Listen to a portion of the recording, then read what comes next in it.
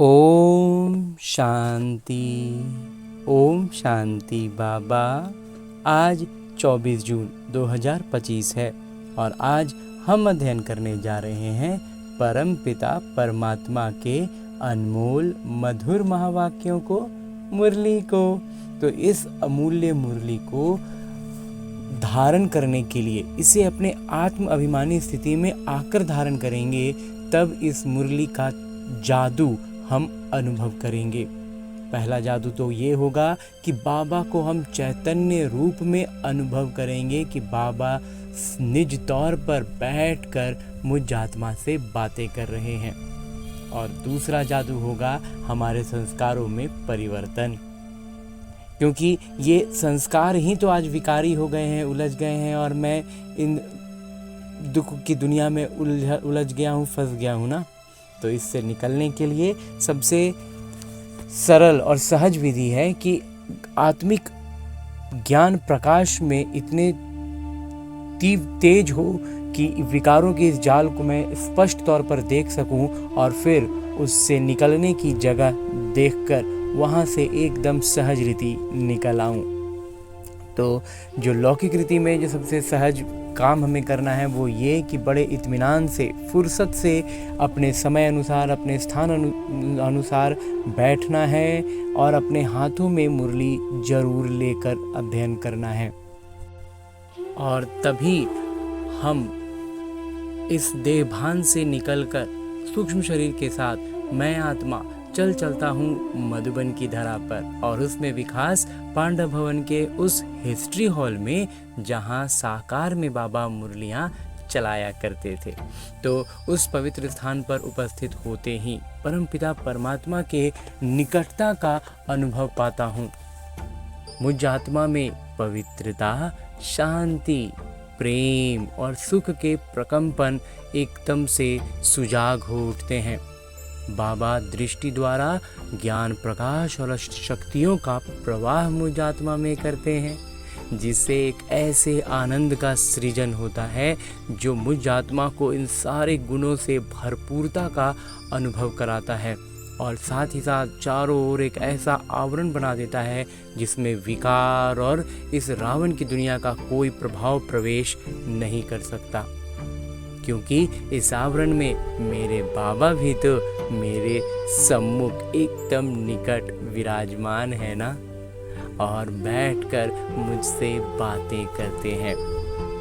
आज मातेश्वरी जी के पुण्य स्मृति दिवस है, तो उनके ही द्वारा चलाया गया जो मुरली था, आज हम उसका अध्ययन कर रहे हैं। और उसमें एक गीत था, मेरा छोटा सा देखो ये संसार है। ये गीत किस समय का गाया हुआ है? क्योंकि इस संगम समय ही हम ब्राह्मण कुल का ये छोटा सा संसार है। ये हमारा कौन सा परिवार है वो नंबरवार बतलाते हैं। हम परमपिता परमात्मा शिव के पोत्रे हैं, ब्रह्मा सरस्वती की मुख संतान हैं, और विष्णु शंकर हमारे ताया जी हैं और हम आपस में सभी भाई बहन ठहरे। ये है अपना छोटा सा संसार, इनके आगे और संबंध रचे ही नहीं है। इसी समय का इतना ही संबंध कहेंगे। देखो हमारा संबंध कितनी बड़ी अथॉरिटी से है। हमारे ग्रैंड पप्पा हैं शिव, हमारे दादाजी, उनका नाम कितना भारी है। वे सारी मनुष्य सृष्टि का बीज रूप हैं। सर्व आत्माओं का कल्याणकारी होने के कारण उनको कहा जाता है हर हर महादेव, भोलेनाथ। वो सारी सृष्टि के दुख हरता, सुख करता है। उन द्वारा हमें सुख, शांति, पवित्रता का बड़ा हक मिलता है। शांति में फिर कोई कर्म बंधन का हिसाब किताब नहीं रहता, परंतु ये दोनों वस्तु पवित्रता के आधार पर रखते हैं। जब तक पिता की परवरिश का पूर्ण वर्षा ले, पिता से सर्टिफिकेट नहीं मिला है, तब तक वो वर्षा मिल नहीं सकता। देखो ब्रह्मा के ऊपर कितना बड़ा काम है। मलेच्छ 5 विकारों में मैली अपवित्र आत्माओं को गुलगुल बनाते हैं। जिस अलौकिक कार्य का उजूरा फिर सतयुग का पहला नंबर श्री कृष्ण का पद मिलता है। अब देखो उस पिता के साथ तुम्हारा कैसा संबंध है, तो कितना बेफिक्र और खुश होना चाहिए। अब हर एक अपनी दिल से पूछे, हम उनके पूर्ण रीति हो चुके हैं, पूरी तरह से हम उनका बन गए हैं। सोचना चाहिए कि जब परमात्मा पिता आए हैं तो उनसे हम कंप्लीट वर्षा ले लें। स्टूडेंट का काम है संपूर्ण पुरुषार्थ कर स्कॉलरशिप लेना, तो हम पहला नंबर लॉटरी क्यों ना विन करें, क्यों नहीं हम लॉटरी का हम पहला प्राइज़ लें। वो है विजयी माला में पिरोए जाना। लॉटरी लगने का मतलब क्या है, विजयी माला में पिरोए जाना। बाकी कोई है जो 2 लड्डू पकड़कर बैठे हैं, यहाँ का भी हद का सुख लूं और वहाँ भी वैकुंठ में कुछ ना कुछ सुख ले लेंगे। ऐसे विचारवान को मध्यम और कनिष्ठ पुरुषार्थी कहेंगे। जो ऐसे बच्चे हैं ना जो सोचते हैं यहाँ का भी सुख ले लेते हैं और ऐसा नहीं है, हम कोई बहुत गलत काम कुछ नहीं करेंगे तो वहाँ वैकुंठ का भी कुछ ना कुछ सुख मिल ही जाएगा। तो कहते हैं ये हो गए कनिष्ठ स्तर के पुरुषार्थी। विचारवान जो मध्यम और कनिष्ठ कहेंगे, न कि सर्वोत्तम पुरुषार्थी। जब बाबा देने में आनाकानी नहीं करते तो लेने वाले क्यों करते हैं। तब गुरु नानक ने कहा, परमात्मा तो दाता हैं, समर्थ हैं, मगर आत्माओं को लेने की भी ताकत नहीं। कहावत है, देंदा दे लेंदा थक पावे। देने वाला देता है लेकिन लेने वाले थक जाते हैं। आपके दिल में आता होगा, हम क्यों नहीं चाहेंगे कि हम भी ये पद पाएं। परंतु देखो बाबा कितनी मेहनत करते हैं, फिर भी माया कितना विघ्न डालती है। क्यों, माया का विघ्न का मतलब है कि हम कमज़ोर हैं। हम अगर मजबूत हो गए ना तो माया विघ्न नहीं डाल पाएगी, दूर से ही भाग जाएगी। तो अब माया का राज्य समाप्त होने वाला है। अब माया ने सारा सार निकाल दिया है, तब ही परमात्मा आते हैं। उसमें सब रस समाया हुआ है, परमात्मा में सारा रस मिलेगा, उनसे सभी संबंधों की रसना मिलती है। तभी त्वमेव माता च पिता त्वमेव गाते। आदि ये महिमा उस परमात्मा की गाई हुई है, तो बलिहारी इस समय की है जो ऐसा संबंध हुआ है। तो परमात्मा के साथ इतना संपूर्ण संबंध जोड़ना है जो 21 जन्मों के लिए सुख प्राप्त हो जाए। ये है पुरुषार्थ की सिद्धि। परंतु 21 जन्म का नाम सुन ठंडे मत पड़ जाना। ऐसे नहीं सोचना कि 21 जन्मों के लिए इतना इस समय पुरुषार्थ भी करें, फिर भी 21 जन्मों के बाद गिरना है तो सिद्धि क्या हुई। परंतु ड्रामा के अंदर आत्माओं की जितनी सर्वोत्तम सिद्धि मुकर्रर है वो तो मिलेगी ना। 21 जन्म के बाद फिर विकार में आ जाना है, इसलिए हम पुरुषार्थ ही क्यों करें। ये तो मतलब बहुत खराब बात हुआ ना। और बाबा को ऐसे रू रिहान करते हैं बच्चे, तब तो बाबा उन सबको सुन सुन के हमें बता रहे हैं। बाबा आकर के हमें संपूर्ण अवस्था पर पहुंचा देते हैं, परंतु हम बच्चे बाबा को भूल जाते हैं तो ज़रूर गिरेंगे। इसमें बाबा का कोई दोष नहीं है। अब कमी हुई तो हम बच्चों की। सतयुग त्रेता का सारा सुख इस जन्म के पुरुषार्थ पर आधार रखता है, तो क्यों ना संपूर्ण पुरुषार्थ कर अपना सर्वोत्तम किरदार निभाएं। क्यों ना पुरुषार्थ कर वो वर्षा लेवें। पुरुषार्थ मनुष्य सदा सुख के लिए ही करता है, सुख दुख से न्यारे होने के लिए कोई पुरुषार्थ नहीं करता। वो तो ड्रामा के अंत में परमात्मा आए, सभी आत्माओं को सजा दें, पवित्र बनाएं, किरदार से मुक्त करें। ये तो परमात्मा का कार्य है। वो अपने मुकर्रर समय पर आप ही आकर बताते हैं। अब जब आत्माओं को फिर भी किरदार में आना ही पड़ेगा तो क्यों ना सर्वोत्तम किरदार निभाएं। और कहते हैं कि जब आएंगे फिर सजा उजा खाया करके किरदार से मुक्त करके लेके जाएंगे, शांति धाम में बैठेंगे तो फिर अपना समय पर आना पड़ेगा किरदार में। तो बाबा कहते हैं कि क्यों ना फिर अच्छा वाला किरदार निभाएं, किरदार तो निभाना ही पड़ेगा। तो मनुष्य सृष्टि को सुखदायी बनाने वाले पिता जानते हैं कि मनुष्य सृष्टि सुखदायी कैसे बनेगी। जब तक आत्माएं स्वच्छ नहीं बनी हैं, तब तक संसार सुखदायी नहीं हो सकता है। इसलिए वो आ करके पहले पहले आत्माओं को ही स्वच्छ बनाते हैं। अभी आत्मा को इम्प्योरिटी, अस्वच्छता लगी है, पहले उस इम्प्योरिटी को निकालना है। तो जो अस्वच्छता बाहर से लग गया ना रावण का प्रभाव से, उसको पहले निकालना है। फिर आत्मा के बल से हर चीज से उनकी तमो प्रधानता बदल करके सतो प्रधानता होगी। पहले अपनी आत्मा से विकारों को हटा देना है। फिर बाबा कहते हैं आत्मा का ये बल होगा ना कि उस बल से, सतो प्रधानता का बल से सारी चीजें को हम बदल सकते हैं। हर एक चीज हमारी शक्ति से, आत्मा के बल से बदल जाएगी, तमो प्रधान से सतो प्रधान हो जाएगी, जिसको कहेंगे कि सभी गोल्डन एज में आ जाते। तो जब सब बदल जाएंगे तो पूरा दुनिया ही सतयुग हो जाएगा, स्वर्णिम युग हो जाएगा। तो ये तत्व आदि सब गोल्डन एज स्टेज में आ जाते हैं। सब के सब जो है ना अपने स्वर्णिम अवस्था में आ जाएगा। सबसे पहले अपनी आत्मा का विकार हटाना है, और फिर आत्मा जो अपने सतोगुणी अवस्था में आएगी ना, उस बल में से भरपूर होगी, तो सब कुछ अपने आसपास बदलती चली जाएगी। और ऐसे ऐसे बाबा ने कहा ना 108, 16,108 आत्माएं जो होंगी ना, जो एकदम सबसे श्रेष्ठ श्रेणी पर, वो उनके संकल्पों से, उनकी स्थिति से सब कुछ बदल जाएगा, उनके आत्मिक बल से। परंतु पहले आत्मा की अवस्था बदलती है।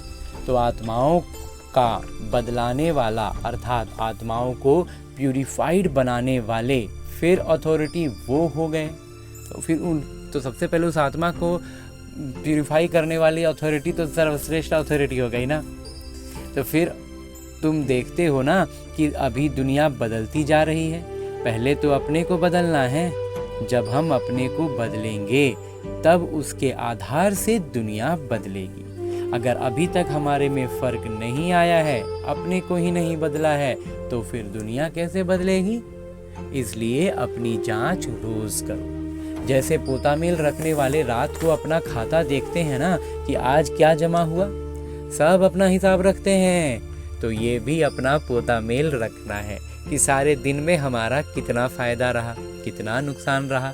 अगर नुकसान में कुछ ज़्यादा गया तो फिर दूसरे दिन के लिए भी खबरदार रहना है। अगर आज नुकसान ज़्यादा हो गया है तो अगले दिन उसके लिए एकदम ध्यान रखना होगा ना।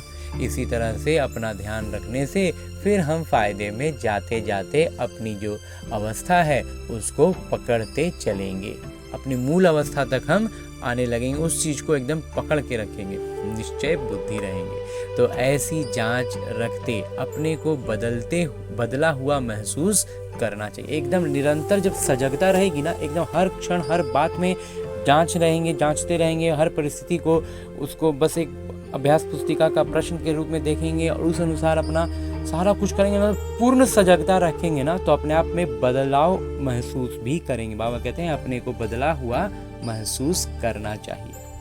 ऐसे नहीं कि हम तो देवता बनेंगे, वो तो बाद में नव देवता बनेंगे, अभी तो जैसे हैं वैसे ठीक हैं। नहीं, अभी से वो देवताई संस्कार बनाने, अभी से हमसे वो देवताई गुण झलकें। अभी तक जो 5 विकारों के वश संस्कार चलते थे, अभी देखना है कि उन विकारों से हम छूटते जा रहे हैं। हमारे में जो क्रोध आदि था वो निकलता जा रहा है। लोभ या मोह आदि जो था वो सब विकारी संस्कार बदलते जा रहे हैं। अगर बदलते जा रहे हैं, छूटते जा रहे हैं, तो मानो हम बदलते जा रहे हैं। अगर वो सब कुछ कम हो रहा है ना, अनुभव करते कि पहले से तो कम हुआ है, तो ये हम मतलब सही राह पर आगे बढ़ रहे हैं। और इसी राह में अपनी गति को, शुरुआत में गति धीमी रहेगी हमेशा, ये मतलब ऐसा इस ब्रह्म कुमार का अनुभव है कि शुरुआत में गति धीमी रहेगी, बहुत 6 महीने में लगेगा कि हाँ थोड़ा थोड़ा अंतर आएगा, लेकिन अगले 3 महीने में उससे ज़्यादा अंतर आएगा, फिर अगले 2 महीने में और उससे ज़्यादा अंतर आ जाएगा। तो ऐसे करके हम लोग को अपने निरंतर अभ्यास बढ़ाते रहना है, सजगता रखे रहनी है और गति को बढ़ाना है। बाबा कहते हैं अगर नहीं छूटते हैं तो समझो कि अभी हम बदले नहीं हैं, और अगर वही स्थिति है तो मतलब कोई फर्क नहीं पड़ा है, ज्ञान को अध्ययन हम ठीक से नहीं कर पा रहे हैं, निश्चय बुद्धि नहीं है। तो बदलने का फर्क महसूस होना चाहिए, अपने में चेंज आनी चाहिए। ऐसे नहीं कि सारा दिन विकारी खाते में ही चलते रहें, बाकी समझें कि हमने अच्छा कोई दान पुण्य नहीं किया, बस नहीं, खाली दान पुण्य नहीं होता है, पूरा पूरा अपने आप में परिवर्तन लाना। अभी से देवताई गुण झलकाने हैं। तो बाबा कहते हैं कि खाली ऐसा नहीं है कि बेकारी खाता में चल रहे हैं और समझें कि अच्छा कोई दान पुण्य नहीं किया, बस नहीं। हमारा जो कर्म का खाता चलता है उसी में हमको संभलना है। हम जो कुछ करते हैं उसमें किसी विकार के वश हो अपना विकर्मी खाता तो नहीं बनाते हैं। हम दिन भर का जो दैनिक कार्य कर रहे हैं ना, उसी में देखना है कि हम उसमें कितना काम विकार के वश में होके कर रहे हैं। और अगर विकार के वश में होके कर रहे हैं तो विकर्म बन रहा है, तो उसका फिर बोझ बढ़ेगा ही, घटेगा तो नहीं। तो इसमें अपने आप को संभालना है, ये सारा पोता मेल रखना है। और सोने से पहले 10-15 मिनट अपने को देखना चाहिए कि सारा दिन हमारा कैसा बीता। कोई तो नोट भी करते हैं, क्योंकि पिछले पापों का जो सिर पर बोझ है उसे भी मिटाना है। उसके लिए बाबा का फरमान है, मुझे याद करो। और पीछे का मिटाने के लिए बाबा कहते हैं बस बाबा की याद में रहो। मतलब जो अभी हम कार्य करते हैं ना, वो कार्य में सबसे पहले हमारे उस कार्य के लिए हमारा संकल्प निकलता है। वो संकल्प कैसा निकलेगा? बाबा की याद में निकलेगा, मतलब शांत स्वरूप होकर के, प्रेम स्वरूप होकर के। तो हमारा फिर काम कर्म भी वैसा ही होगा। तो जैसा, और जब हम हमारे संकल्प, हमारे कर्म वैसे होंगे तो विकर्म का बोझ समाप्त होने लगता है। आई हुई चीज एकदम से बदल जाती है। तो इसलिए बाबा कहते हैं विकर्म का बोझ हटाने के लिए फरमान है कि मुझे याद करो। तो वो भी हमने कितना समय याद में दिया, फिर वो भी ध्यान रखना है कि याद में रह करके हम कितना देर तक रह पाए, फिर वापस आ गए होंगे अपना पुराना संस्कार में। तो क्योंकि ये चार्ट रखने से दूसरे दिन के लिए सावधान रहेंगे। बाबा कहते हैं ये चार्ट रखने के लिए क्यों कहते हैं कि आज का मालूम चल जाएगा कि आज हम यहाँ गलती किए थे। दिन भर में देख लेंगे, रात में एक बार चेक कर लेंगे, अच्छा यहाँ पर हमसे मिस्टेक हो गया था। तो अगले दिन जब उस जगह पर पहुँचेंगे ना, उस समय पर पहुँचेंगे, उस परिस्थिति में पहुँचेंगे, जो रोज़ के काम होते हैं तो लगभग वहीं सब होती हैं, तो उसमें आज हम वहाँ पर सजग रहेंगे। इसलिए बाबा कहते हैं चार्ट रखो। ऐसे सावधान रहते रहते फिर सावधान हो जाएंगे, फिर वो आदत में आ जाएगा, वो संस्कार बन जाएगा, फिर हमारे कर्म अच्छे रहते चलेंगे और फिर ऐसा कोई पाप नहीं होगा। तो पापों से ही तो बचना है ना, तो बचना किससे है? पापों से ही बचना है ना। पाप अब हमारे नहीं हो, और पहले का जो आए वो उस पर जो हमें प्रतिक्रिया देनी है वो बाबा की याद में देनी है, तो विकर्मी विनाश होते चले जाएंगे। अच्छा, मीठी माँ का मीठे मीठे बच्चों प्रति याद प्यार और गुड मॉर्निंग। आज मातेश्वरी जी के हमने मधुर महावाक्य सुने, मम्मा की मीठी बातें सुनी हैं। बाबा के सानिध्य में हम आए थे और इस हिस्ट्री हॉल में मम्मा भी थी ना, तो आज मम्मा का पुण्यतिथि है, तो इसीलिए आज मुरली मम्मा की हमने सुनी। आगे संदेशी के तन द्वारा सरस्वती माँ से अव्यक्ति प्रभु का मिलन एवं संवाद। संदेशी के तन द्वारा जब मम्मा से बात की गई होगी, उसका बाबा पूरा यहाँ पर अभी हमें सुनने को मिल रहा है। चलिए सुनते हैं और अनुभव करते हैं कि मम्मा और बाबा बातें कर रहे हैं। बेटी श्री राधे, देखो तेरे पास कौन आए पधारे हैं। कितनी बड़ी ताकत तुमसे बातचीत कर रही है। मेरे आने के राज से तुम खुद को भी जान सकती हो। आने वाले की पोजीशन के साथ खुद की पोजीशन अथवा पद का भी जान सकती हो। हे राधे बेटी, तुम मेरा जलवा देखना चाहती हो। मैं चाहूं तो एक क्षण में विनाश करा सकता हूं, परंतु करता नहीं हूँ, क्योंकि विराट फिल्म अनुसार जो कर्तव्य जिस द्वारा जैसे प्लान होने हैं वो अवश्य प्ले होंगे। जो जिसका जैसा किरदार है वो वैसे ही चलेगा ना। अव्यक्त प्रभु अनादि कायदे कानून को जानने वाले ही अनादि कायदों की पहचान आकर देते हैं। ये सारी सृष्टि का अनादि खेल स्टेज पर प्ले होता है। इस मंच पर, सृष्टि रूपी मंच पर सारा खेल चल रहा है, तो प्रैक्टिकल प्ले होने में समय लेता है। तो जब नॉर्मल प्ले करेंगे तो धीरे धीरे चलेगा ना, फॉरवर्ड करके चलाएंगे तब ना जल्दी चलेगा। तो अगर इतने वर्षों का खेल एक क्षण में पूरा कर दूं तो बाकी खेल क्या चले। तो जो जो तकलीफ जैसे जैसे देखनी अथवा सहन करनी है वो वैसे ही उसी अटपटे राज से रिपीट होती हैं। ये अटपटी रिपीटेशन है जिसको हे प्यारी मम राधे तुम और मैं देख कितना हर्षित होता हूँ।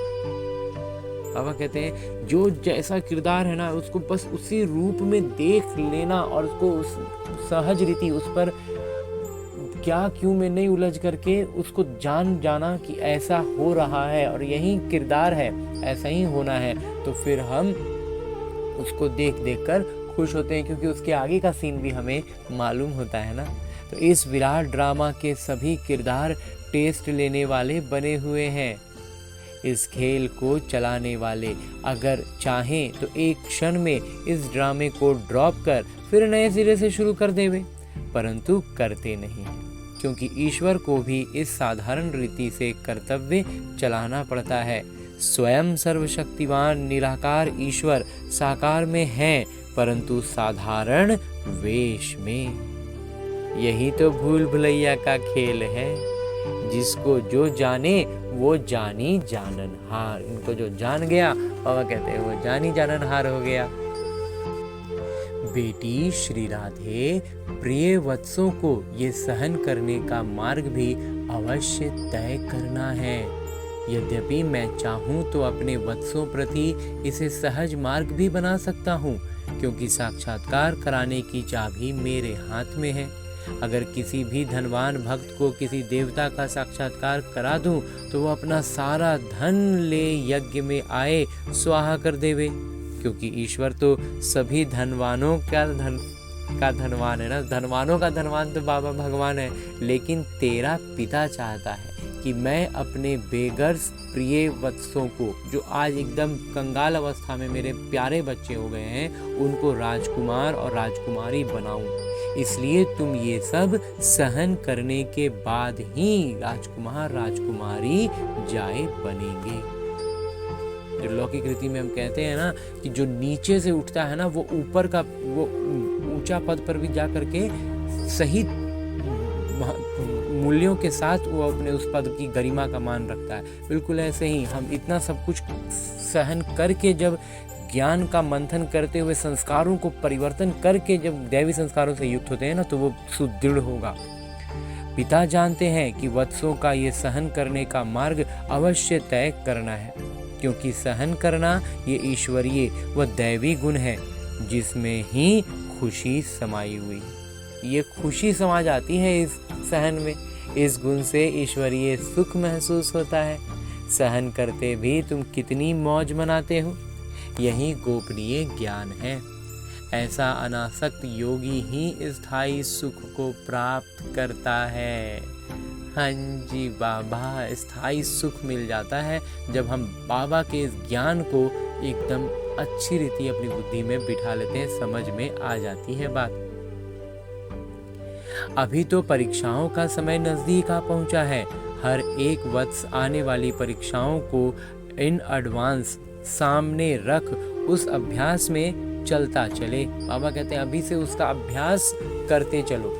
भल कोई भी वत्स को खान पान इत्यादि न मिले परंतु खुद बेपरवाह बादशाह हो उपस्थित हो। ऐसी अपनी सुंदर अवस्था बहुत समय से लेकर धारण करनी है। अगर कोई समझता है कि उस समय आप ही चल जाऊंगा, ये समझ बैठना अपने को धोखा देना है। इसलिए पहले से ही सावधान होकर रहना है। बाबा कहते हैं अभी से अभ्यास करते चलो। खाना पानी में नहीं हो पा रहा है, ये नहीं हुआ वो नहीं हुआ, इन शिकायतों में, इन बातों में, इन विकारी स्थितियों में उलझ गए तो फिर नहीं होगा। बाबा कहते हैं अगर हम इसमें बोलें कि अरे हम तो इतना अच्छे हैं ना कि हम डायरेक्ट चले जाएंगे, बाबा कहते हैं ये अपने आप को तुम धोखा दे रहे हो।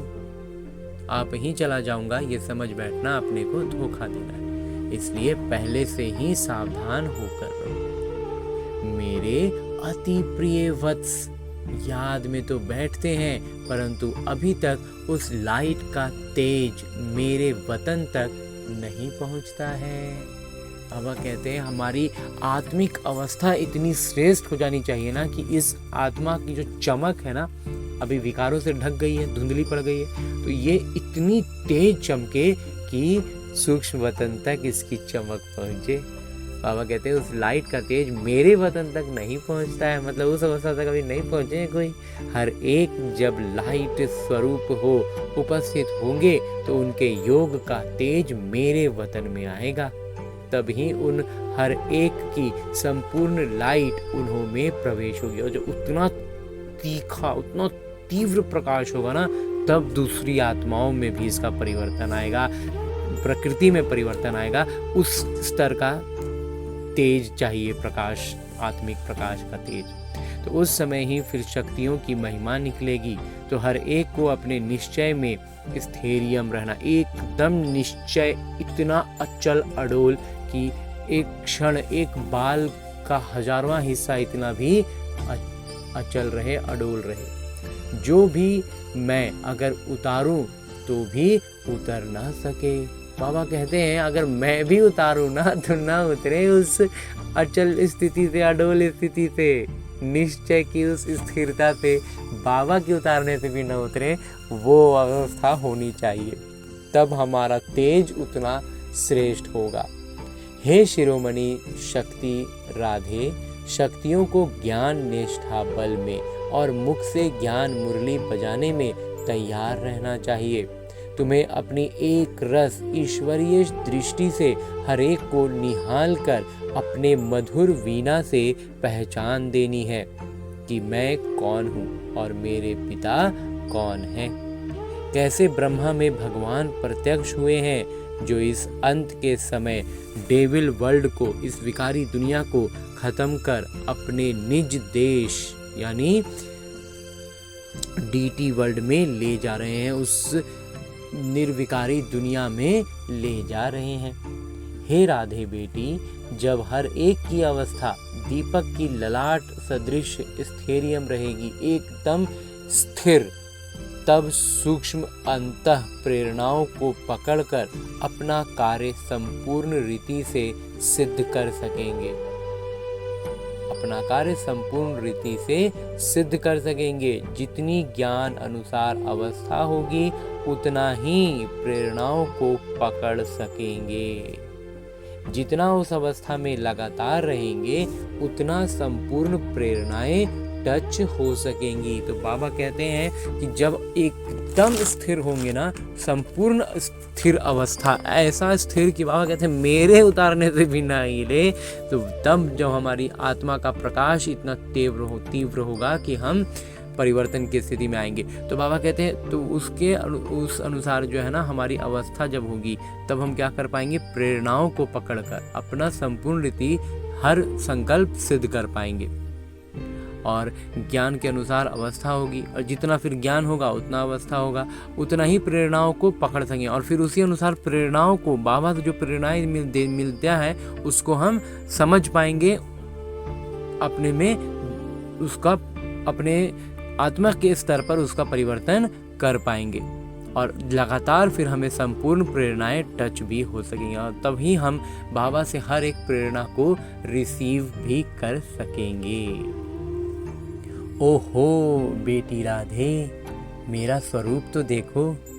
क्या वत्स मेरे स्वरूप को नहीं देख सकते कि कैसे अखंड ज्योति तत्व से आकर मैं साक्षात प्रवेश हो आए बात करता हूँ।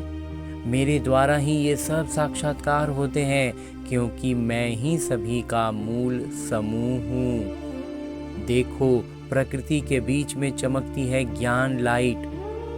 वत्स सिर्फ ये विचार करें कि आहा, जिसको सारी सृष्टि पुकार रही है वो स्वयं सर्वशक्तिवान ईश्वर यज्ञ में हम वत्सों के सम्मुख आए पधारे हैं। उनकी शीतल गोद में बैठने से हृदय शांत हो जाता है। अगर रचना को रचने वाला मिल गया तो फिर उसको छोड़ उसकी रचना में क्यों जाऊं? जब उसके रचयिता हमें मिल गए तो फिर हमें रचना में क्यों जाऊं?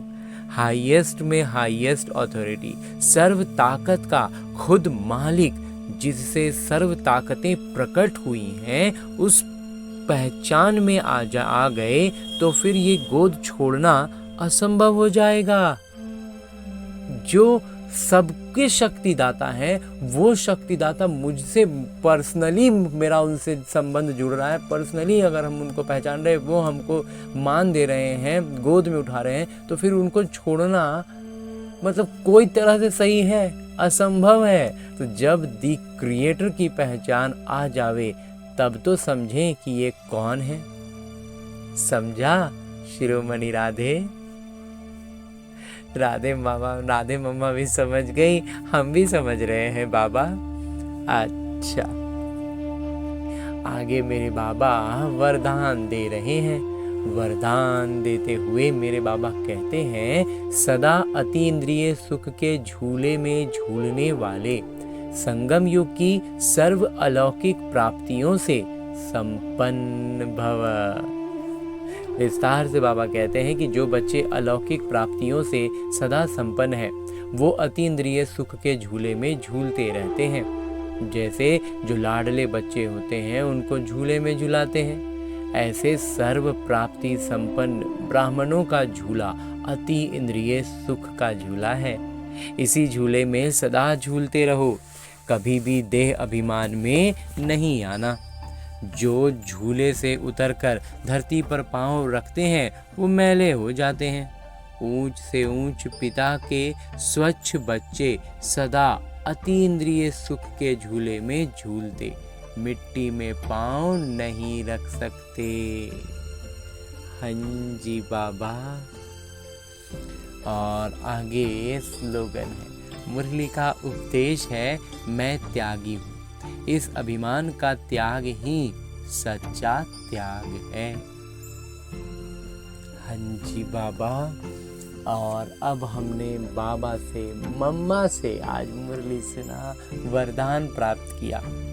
और मेरे बाबा आज इस अव्यक्त स्थिति में स्थित रहकर एक इशारा भी देते हैं कि आत्मिक स्थिति में रहने का अभ्यास करो, अंतर्मुखी बनो। और उसके लिए अंतर्मुखी बनेंगे तो हम आत्मिक स्थिति में रहने का हमारा अभ्यास बढ़ता जाएगा। और इस बात को और अधिक स्पष्ट करने के लिए मेरे बाबा हर दिन अलग अलग इशारे देते हैं। और आज के लिए जो बाबा ने इस संदर्भ में, इस इशारे के स्पष्टता में जो इशारा दिया है वो है, जब स्वयं को अकाल मूर्त आत्मा समझेंगे तब अकाले मृत्यु से, अकाल से, सर्व समस्याओं से बच सकेंगे। तो मानसिक चिंताएं, मानसिक परिस्थितियों को हटाने का एक ही साधन है, अपने इस पुराने शरीर के भान को मिटाना। देह अभिमान को मिटाने से सर्व परिस्थितियां मिट जाएंगी। देह अभिमान मिटा दिए ना तो बाबा कहते हैं सारी परिस्थितियां ही मिट जाएंगी। हंजी बाबा। और परमपिता परमात्मा से हमने इतना श्रेष्ठ ज्ञान सुना, मम्मा से आज मुरली सुनी, मम्मा और बाबा की अव्यक्त संदेशी द्वारा उनकी बातचीत सुनी, और ऐसा अनुभव किया जैसे हम भी वहीं साक्षात रूप में, चैतन्य रूप में, मैं आत्मा भी वहीं पर उपस्थित रहकर सारी बातों को देख रहा था, सुन रहा था। बड़ा ही अलौकिक लम्हा था। लेकिन इस लम्हे को हम अपने वास्तविक जीवन में उतारकर, अभी तो हम सूक्ष्म शरीर के साथ हैं, हम पूर्ण रूप से अपनी आत्मिक अवस्था ऐसी बना लें कि हम बाबा की गोद में सचमुच जब अंत समय में बाबा लेकर जाएं तो गोद में बैठकर जाएं। उसके लिए हमें अभी फ़िलहाल लौटना होगा अपने इस स्थूल शरीर में, अपने इस लौकिक किरदार में, ताकि अपने जीवन में आने वाली हर परिस्थिति को हम एक अभ्यास पुस्तिका के प्रश्न के रूप में देखें, उसको उस अनुसार उस पर अपना प्रतिक्रिया दें जो कि मेरे वास्तविक आदि संस्कारों के अनुसार हो। और यही करने का अभ्यास करना ही अब फिलहाल मेरे इस लौकिक जीवन का उद्देश्य बचा है। तो चलिए इस उद्देश्य की पूर्ति के लिए, अधिक से अधिक अभ्यास करने के लिए ढेर सारी शुभ भावनाएं और शुभकामनाओं से भरपूर होकर लौटते हैं अपने इस लौकिक किरदार में। अच्छा, ओम शांति।